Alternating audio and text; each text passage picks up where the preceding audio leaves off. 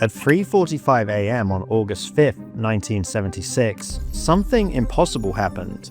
Inside the Elizabeth Tower at Westminster, a deafening crash shattered the pre-dawn silence. 4 tons of iron weight spun wildly out of control, smashing through gears that had turned faithfully for over 117 years. In seconds, the most reliable timekeeper in the world had destroyed itself from within. Big Ben, London's voice, Britain's heartbeat, fell silent. But here's the remarkable thing. This wasn't the first time Big Ben had faced disaster. The famous deep tone that millions know and love is actually the sound of imperfection. The giant bell itself has been cracked almost from the beginning. Britain's most reliable symbol isn't famous for being perfect, it's famous for being broken, and for never letting that stop it from keeping time. From a catastrophic crack in 1859 to a mechanical explosion in 1976, this is the story of Big Ben, the clock that nearly stopped time but refused to stop trying.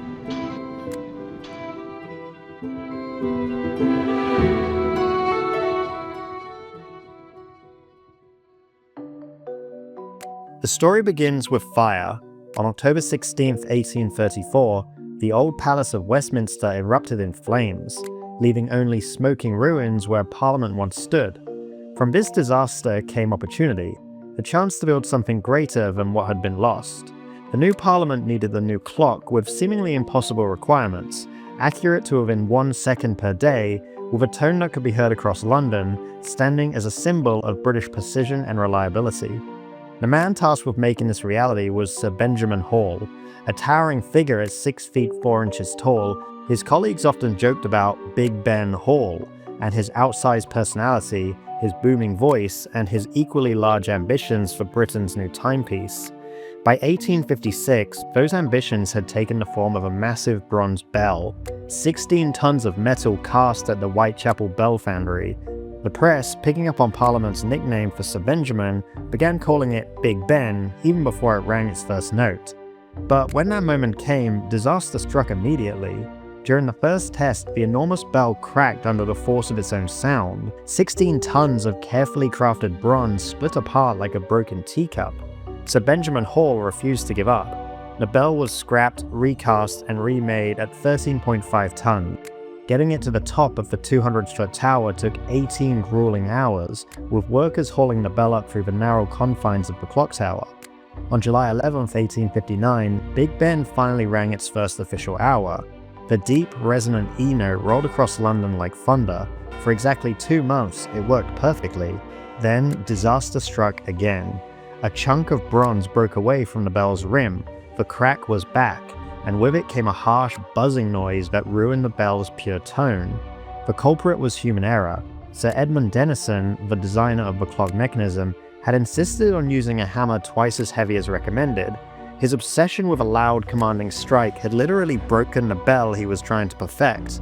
For 3 years, Big Ben stood silent. London's symbol of reliability had become a symbol of embarrassment. Finally, in 1862, engineers found a solution that was both ingenious and ironic. They cut a small square notch around the crack to prevent it from spreading, then rotated the entire bell so that a different section would receive the hammer's blow. When Big Ben rang again, it worked, but its voice had changed forever. The crack had altered the bell's resonance, giving it a slightly flatter, more complex tone. The famous deep E note that millions would come to love wasn't the sound of perfection, it was the sound of elegant imperfection. From the very beginning, Big Ben embodied a paradox. Britain's most reliable timekeeper was built on spectacular failure, and its most beloved sound came from a flaw that could never be completely fixed.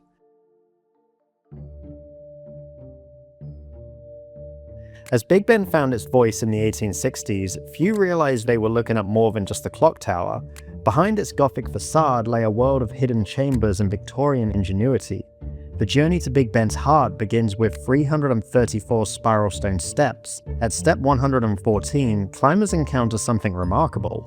A fully furnished Victorian room, complete with oak paneling and an ornate fireplace. This isn't an office, it's Parliament's own prison cell. The room gained infamy in 1880 when MP Charles Bradlaugh was locked inside overnight. Bradlaugh, a newly elected atheist, had refused to swear the religious oath required of parliamentarians. The irony was perfect. A man fighting for freedom of conscience locked inside the symbol of British democracy. His overnight stay caused public outcry and ultimately led to reform. Continuing upward, climbers reach the clock room where they can stand behind Big Ben's four massive bases. Here the clock's Victorian machinery fills the air with the steady tick-tock that has marked time for over 160 years. Perhaps the most charming secret lies in how this ancient timekeeper maintains its legendary accuracy. In an age of atomic clocks, Big Ben still relies on decidedly low-tech solutions, a small stack of old British pennies. The pennies sit atop Big Ben's massive pendulum. When the clock runs slightly slow, keepers add a penny. When it runs fast, they remove one. Each penny changes Big Ben's rate by about 2/5 of a second per day. The same pennies have regulated Big Ben's timing for generations, passed down like sacred relics. 3 times a week, keepers climb the tower to hand-wind the massive weights that power the clock, a ritual that takes an hour and a half each time. High above the clock faces, another secret glows each night, the Alton Light. This small lantern shines whenever the House of Commons sits after dark, quietly signaling that democracy is at work inside. By the early 20th century, Big Ben had evolved from a simple clock into something more complex, a mechanical marvel hiding Victorian secrets, a symbol of British precision powered by pocket change, and a democratic beacon whose light still burns in Parliament's tower. As German bombers filled London's skies in 1940, Big Ben found itself in an impossible position. The tower's great height made it the perfect navigation landmark for enemy pilots. Big Ben had become both a target and guide in its own potential destruction. The BBC had begun transmitting Big Ben's hourly chimes live across Britain and occupied Europe, where they served as a beacon of hope.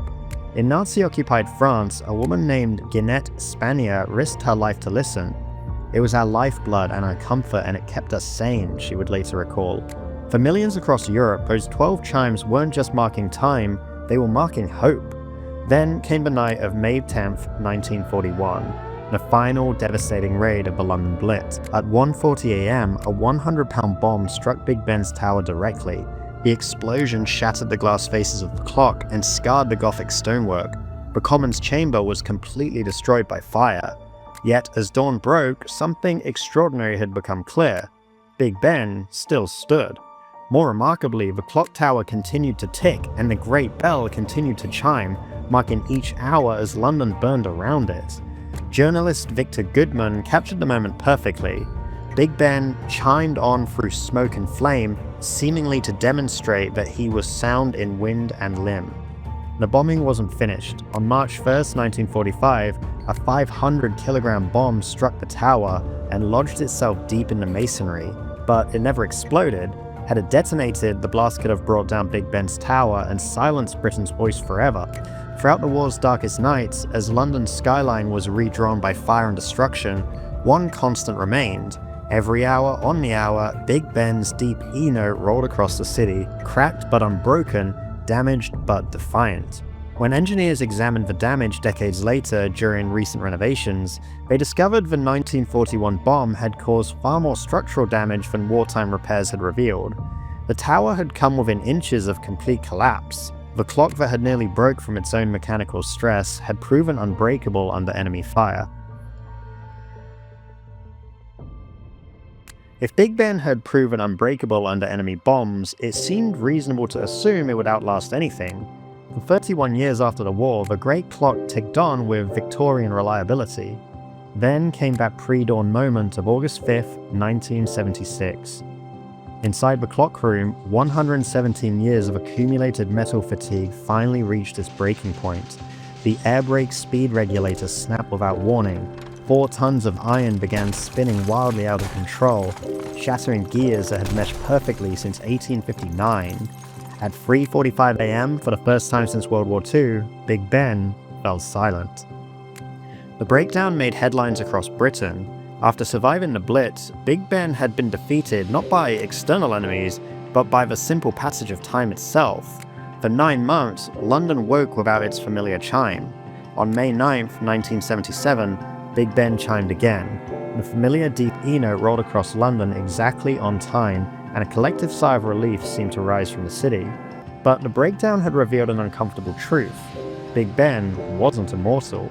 New threats emerged. In the 1990s, underground construction caused the tower to develop a slight lean. By 2017, accumulated damage from war, weather, and time itself demanded the most comprehensive restoration in Big Ben's history. The £80 million project revealed hidden damage from the 1941 bombing that was worse than anyone had realized.